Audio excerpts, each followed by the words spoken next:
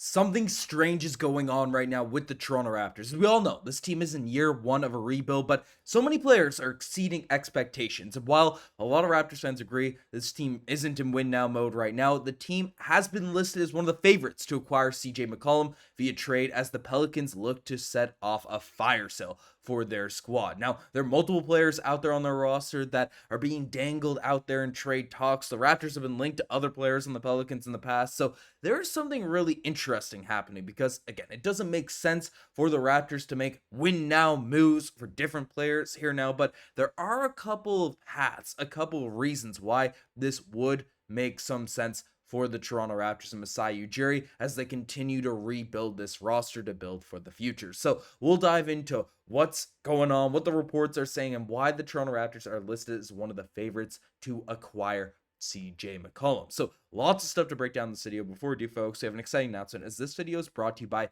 rentals.ca, who are proudly partnered with Team Canada. And while they've been supporting our national team defend their home court in international competition, they've been helping thousands of Canadians across the country find their home court, whether in Toronto, Vancouver, Montreal, Calgary, Halifax, Winnipeg, Mississauga, Edmonton, Victoria, St. John's. From coast to coast, rentals.ca can help you find the perfect place and price for you.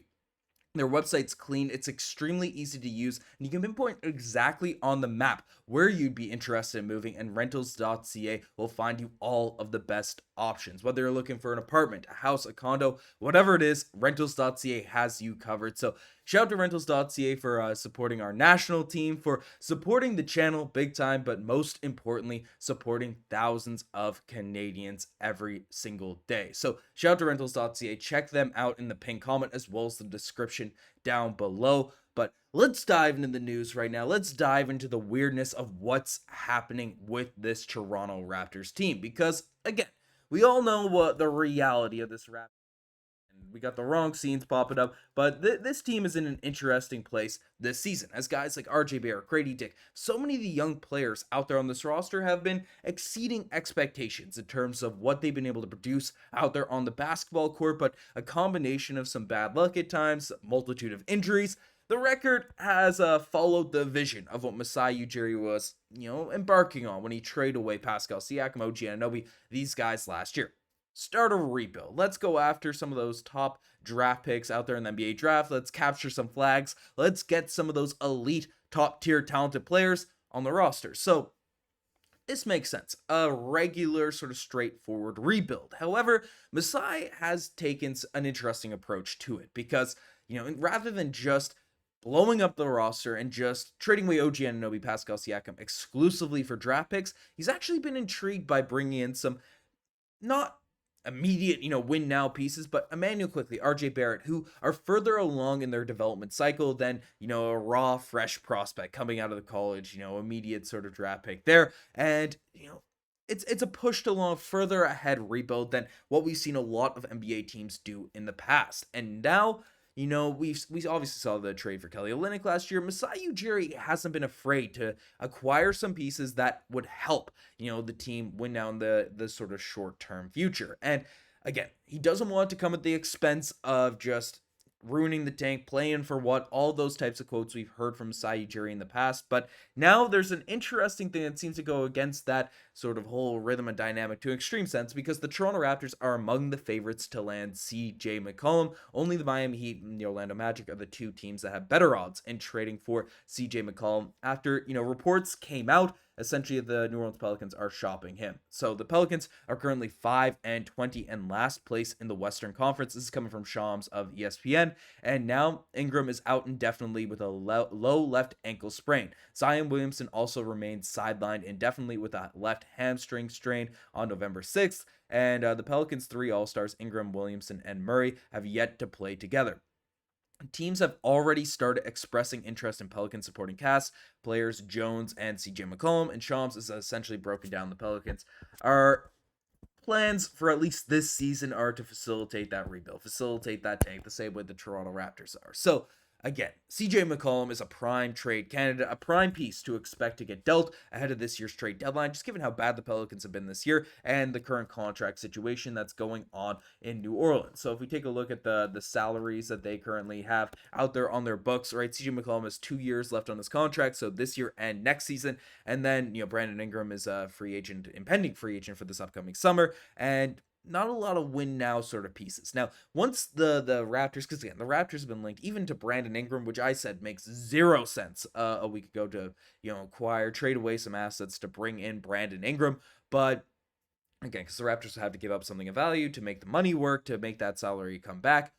But CJ McCollum's in a little bit of a different situation because the trade market, even with Brandon Ingram being a more polarizing piece, so to speak, CJ McCollum is a guy, I guess is in a similar vein, isn't going to command that high of a trade offer at his $33 million per year, annual salary. So the Raptors could, in theory, package together a Bruce Brown and Chris Boucher and make that deal happen without much draft capital, without any actual real incentive, just taking the money off the books for the New Orleans Pelicans, who are looking for that 1 year sort of tank to the bottom, seeing what they can do. Apparently they still want to build around Zion Williamson, but that team is a whole mess, a whole storm of nonsense that's happened with that squad here right now.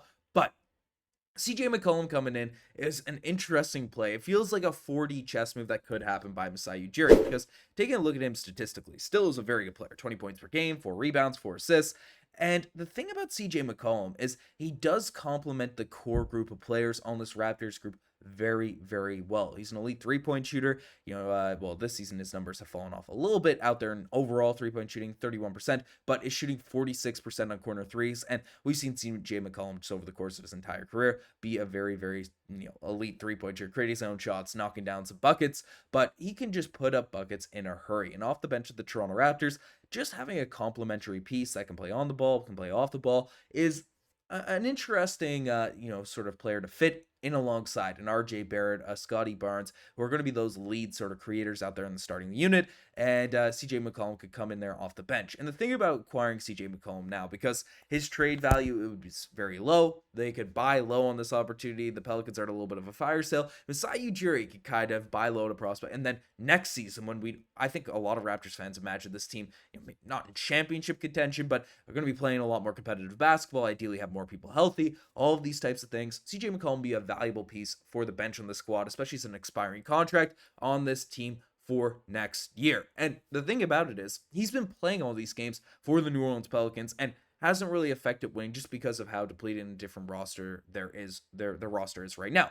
So bringing in CJ McCollum, especially in February, especially maybe a rest, you're a little bit lenient with all the rest days out there at the end of the year. It's a situation where Masai could be like, oh, okay, it's a buy low opportunity on a guy that still has 2 years left. So, next season that contract becomes more valuable because it's expiring. Masai Ujiri buys low. And then if he can be an impact player on this team next season, then maybe it makes a bit of sense. But so that's kind of the route where it could be an approach where Masai Ujiri is interested in saying, hey, looking to next season, CJ McCollum could be a positive piece. This Raptors team is already kind of facilitating the tank with all the injuries, with everything that's going on. And then if things don't work out, he's an expiring contract next year. And the same way Bruce Brown's contract has a lot more value this season, it had contract value last year because it can facilitate bigger moves. So that's why, it could be intriguing for CJ McCollum there. I've seen a lot of people say, hey, the guy that's really intriguing on this Pelicans roster that's also thrown out in trade talks is Herb Jones. And frankly, because Herb Jones is a guy that I don't want to say is disappointed a lot of Pelicans fans, but is a guy that is a very elite on-ball defender, plays a lot of defense, is only 26 years old, but the three-point shooting just hasn't really come together for Herb Jones, and it's had an impact out there on that Pelicans team. Still averages 11 points per game, 3.4 rebounds, 2 assists, but frankly, the New Orleans Pelicans, I guess he's a little bit older, so maybe Dave Griffin, all those guys in New Orleans may have given up on this player, but it wouldn't really make sense for the New Orleans Pelicans to trade away Herb Jones if they're sort of entering a little minor rebuild as well, especially with Brandon Ingram coming off the books. Herb Jones feels like a piece that just makes sense to keep around there in New Orleans, but maybe they're like, hey, Zion Williamson can't shoot. Let's get rid of all of our non-shooters. Give the runway to, Trey Murphy and a few of those other guys, Hawkins, different players that can knock down 3-point shots. But let me know what you guys think about, it's very strange. Like, it's a weird sort of situation with that. Try to rationalize it out here in this video, but let me know what you guys think. Do you want to see the Raptors trade for CJ McCollum?